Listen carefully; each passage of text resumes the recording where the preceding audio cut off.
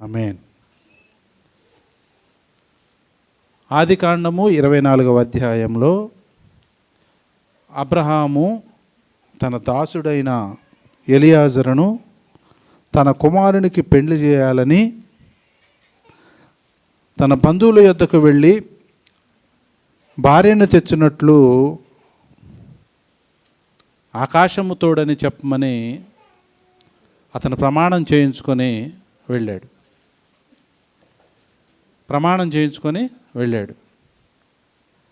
అసలు బైబిలు క్రైస్తవ జీవితం అంతా కూడా అలా బైబిల్ అంతా కూడా మొట్టమొదటి నుండి ఆఖరి వరకు మొట్టమొదటి బైబిల్లో మొట్టమొదటి అధ్యాయము పెళ్లితో ప్రారంభించబడింది.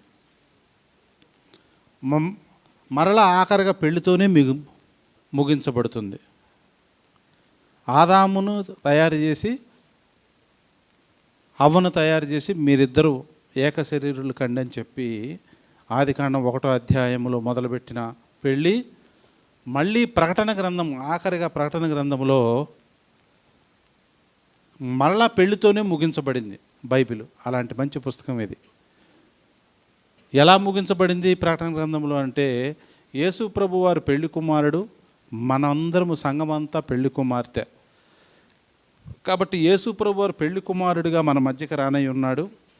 సంఘము అలాగా మనందరం దేవుని యందు భయభక్తులు కలిగిన వాళ్ళందరము మధ్యాకాశానికి వెళ్ళి యేసు ప్రభు వారు సంఘాన్ని తీసుకొని పరలోకానికి వెళ్ళి పెళ్లి జరుగుతుంది. అక్కడ ఎన్ని రోజులు పెళ్లి జరుగుతుందంటే 3.5 సంవత్సరాలు పెళ్లి విందు జరుగుద్ది.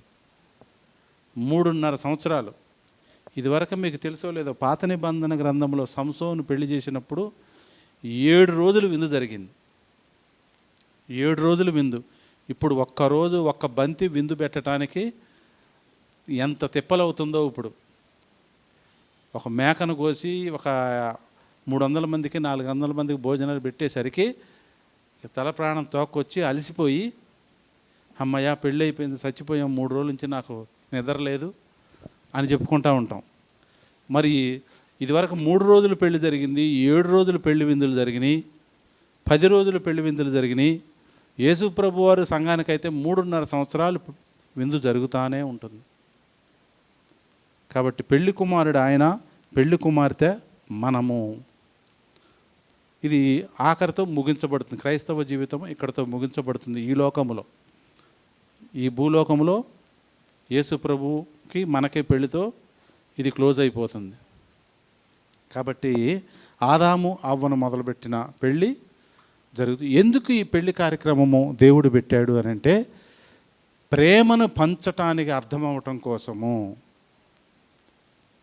ఒకరిని ప్రేమించుకోవాలి అనే విషయం అర్థమవటం కోసమే ఈ పెళ్లి కార్యక్రమం పెట్టాడు దేవుడు. కొట్టుకోవటానికి కాదు, తిట్టుకోవటానికి కాదు, తాగొచ్చి తందనాలు ఆడటానికి కాదు, ఇంకేదో చేయటానికి కాదు. తన తోటి సహోదరుణ్ణి ప్రేమించటం నేర్చుకోవటం కోసం పెళ్లి కార్యక్రమం పెట్టాడు దేవుడు. కాబట్టి పెళ్లి చేసుకునే వాళ్ళు ఎవరైనా సరే ప్రేమించాలి. ప్రేమించాలి, ఒకరినొకరు ప్రేమించుకోవాలి. ఇప్పుడు ఏం చేస్తున్నారంటే పెళ్ళికి ముందే ప్రేమించుకుంటున్నారు. కానీ పెళ్ళి తర్వాత ప్రేమించుకోవటం నేర్చుకోవాలి. అది చేయాలి. ఇక్కడ ఎలియాజరు అబ్రహాం కొడుకు ఎవరంటే ఇస్సాకుకి రిబ్కాని పెళ్లి చేయడానికి ఎలియాజర్ను పంపించాడు. ఎలియాజర్ను పంపించిన తర్వాత ఆయన ఏం చేశాడు? వెళ్ళి ఎదురు డబ్బులు ఇచ్చాడు. బోల్డంత కట్నం డబ్బులు ఇచ్చాడు. అబ్బాయి వాళ్ళు అమ్మాయికి ఏం చేశారు? బోలెడంత డబ్బులు ఇచ్చి పంపించారు. చూడండి, 24వ అధ్యాయము ఆదికాండము 24వ అధ్యాయము 29. రిబ్కాకు ఆ బావి దగ్గర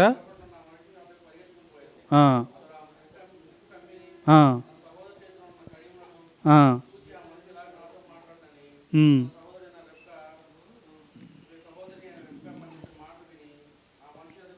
చాలు. ఇక్కడ ఆల్రెడీ ముక్కు కమ్మి ఇచ్చాడు, ఇంకొకటి కడియాలు ఇచ్చాడు. 52వ వచనంలో అబ్రహాము సేవకుడు వారి మాటలు విని యెహోవాకు సాష్టాంగ నమస్కారం చేసెను.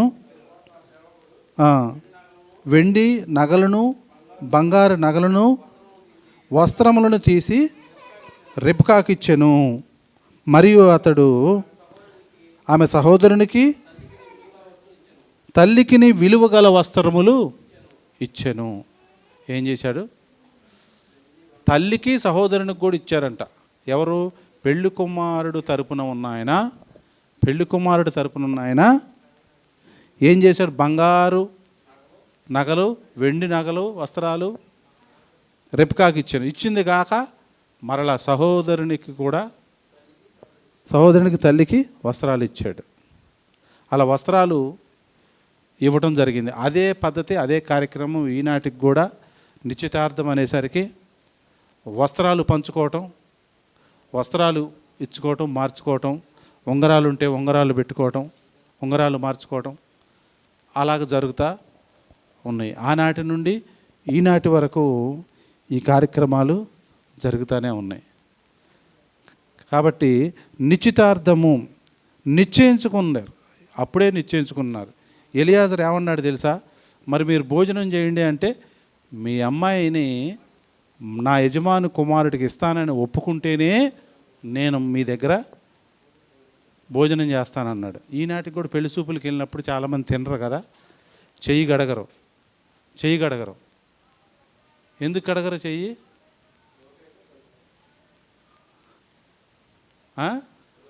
ఓకే అయితేనే కడుగుతారు.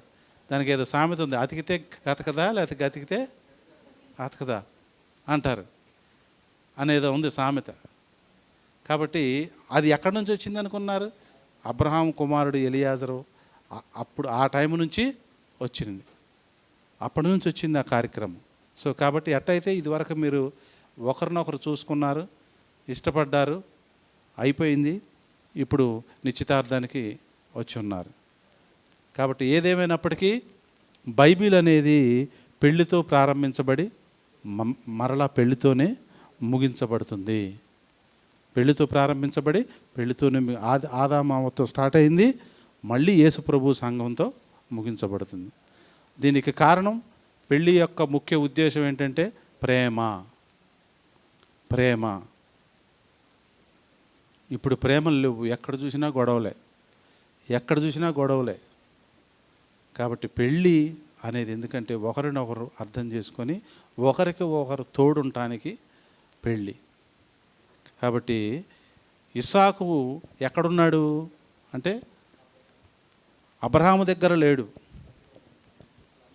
అలాగే పెళ్లి కుమార్తె దగ్గర కూడా లేడు, మధ్యలో పొలంలో ధ్యానించుకుంటా ఉన్నాడు. ఎలియాజరు ఏం చేశాడు? రిబ్కాను తీసుకొచ్చి ఎదురుగా వస్తూ ఉన్నాడు. వస్తూ ఏం చెబుతున్నాడు? పెళ్లి కుమారుడు ఎలా ఉంటాడు అని అడుగుతూ ఉంటే ఎలియాజరు చెబుతూ ఉన్నాడు. పెళ్లి కుమారుడు ఎర్రగా ఉంటాడు, ఎత్తుగా ఉంటాడు, మంచి విధేయుడు. వాళ్ళ నాన్న కాళ్ళు చేతులు కట్టేసి అలా కట్టెల మీద పేర్చి కత్తిపైకి ఎత్తినా కానీ మాట్లాడనే అంత విధేయుడు, అంత నమ్మకస్తుడు అని చెప్పుకుంటూ వస్తున్నాడు రిబ్కాకి. ఎలా ఉంటాడు, ఏం చేస్తాడు అని అంటూ ఉంటే ఎంత మంచివాడో, అబ్రహాం ఎంత మంచివాడో చెప్పుకుంటూ వస్తూ ఉన్నాడు. ఆమె ఏం చేసింది? ఒంటె ఎక్కి వస్తూ ఉంది. ఎప్పుడైతే ఇస్సాకును మధ్యదారిలో చూసిందో పొలంలో ఒంటె దిగింది.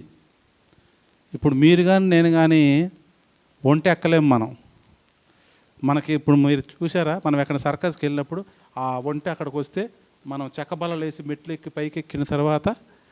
పైకెక్కిన తర్వాత ఎక్కుతాం. వాడు అంత దూరం అదంతా తిప్పుకొచ్చి 50 రూపాయలు అంటాడు. 50 రూపాయలు ఇచ్చి మళ్ళీ దిగుతాం. ఆనాడు స్త్రీలు ఎంత స్ట్రాంగ్ ఉన్నారో చూడండి. ఇస్సాకును చూడంగానే ఒంటె దిగిందంట. ఒంటె దిగి అతనేనా అని అంటే, అవునమ్మా అతనే నీ యజమానుడు అని. అంత విధేయత కలిగి ఉండాలి. భర్త అంటే ప్రేమ కలిగి ఉండాలి, మర్యాద చూపాలి, భర్తని గౌరవించాలి. అలాగే భార్య కూడా భర్తను గౌరవించాలి, భర్త ఏమో భార్యను ప్రేమించాలి. ఇవన్నీ ముఖ్యం అన్నమాట. సో కాబట్టి ఈనాడు మనం నిశ్చితార్థం చేసుకోవడానికి వచ్చాం. మరి పెళ్ళి ఎప్పుడంటే ఏమో మేము తర్వాత పెట్టుకుంటాం అన్నారు. సరే, ఎప్పుడు పెట్టుకుంటారో పెట్టుకోండి. విషయం అయితే ఈనాడు అమ్మాయి ఇక నుంచి మా ఇంటి పేరట అమ్మాయిగా మేము నిశ్చయించుకోవడానికి వచ్చాము అని వచ్చారు. అలాగే అమ్మాయి తరపున వాళ్ళు కూడా సరేలే, ఈ రోజు నుంచి ఈ అమ్మాయిని మీకే అంకితం చేస్తాం, ఇక మేము ఎవరికి ఇవ్వము అనే ఒక మాట మీద మీరిద్దరూ అనుకొని వచ్చారు. చాలా సంతోషం. అయితే మరి పెళ్ళి అసలైతే నిశ్చితార్థమైన వెంటనే పెళ్లి చేయటం చాలా మంచిది, చాలా అవసరం, ముఖ్యం. ఎందుకంటే ఇప్పుడున్న పరిస్థితులను బట్టి ఈరోజు మాటలు రేపు ఉండవు, ఈ నెలలో మాట్లాడుకున్న మాటలు మళ్ళీ రేపు వచ్చే నెలలో ఉండకపోవచ్చు. కాబట్టి అంత ఆలస్యం అయితే మంచిది కాదు. సాధ్యమైనంత వరకు త్వరగా చేయగలిగే ప్రయత్నము చేస్తే మంచిది. హల్లెలూయా, దేవునికి స్తోత్రము కలుగును గాక. నాగదాసి చందు అలాగే చొక్కా జయమహేశ్వరి వారిద్దరిని ఈరోజు పెళ్లి చేయడానికి ఇష్టపడి ప్రస్తుతానికి ఈరోజు నిశ్చితార్థానికి వచ్చిన మీరందరూ ఈరోజు దేవుని మందిరంలో ఈ విధంగా పాటలు పాడి వాక్యం అయిన తర్వాత ఒకరినొకరు ఇక్కడ కూర్చొని నిశ్చయించుకోవటం అనేది చాలా